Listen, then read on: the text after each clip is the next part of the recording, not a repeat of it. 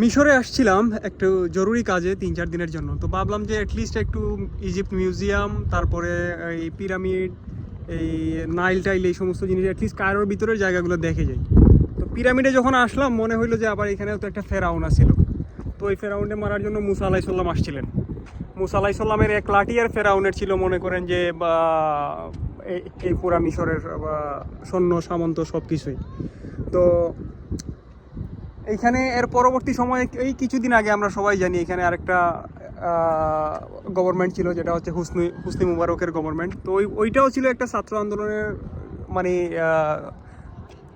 শুরু থেকে একদম সরকার পতনের ডাক, এবং সরকারকে পতন করে ওদের এই দীর্ঘদিনের স্বৈরাচারী সরকারের পতন ঘটায় মিশরের জনগণ। তো ফেরাউন, হুসনি মুবারক, এইরকম যা কিছু আছে, বা আমরা ওই যে সিরিয়ার বাশার আল আসাদকে দেখি, বাশার আল আসাদ এখনও তার ক্ষমতা ধরে রাখছে, কিন্তু সিরিয়া পুরোটাই ধ্বংস হয়ে গেছে। তো হাসিনাও ওইরকম হয়তো বা ক্ষমতা ধরে রাখতে পারবে যদি পাবলিক যদি ওরে যদি ধরতে না পারে, কিন্তু দেশটা সিরিয়াই হয়ে যাবে। তো আমরা এইটুকু আশা করি, দয়া করে আপনি খুবই তাড়াতাড়ি আমাদের মধ্য থেকে বিদায় নেবেন।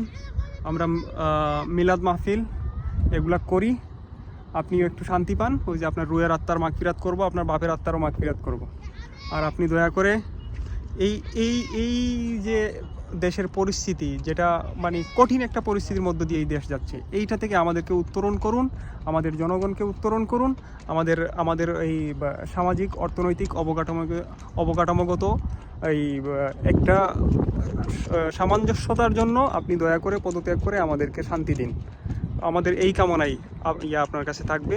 এই মিশর থেকে, পিরামিড থেকে আপনার প্রতি আমার এই বার্তা। ধন্যবাদ।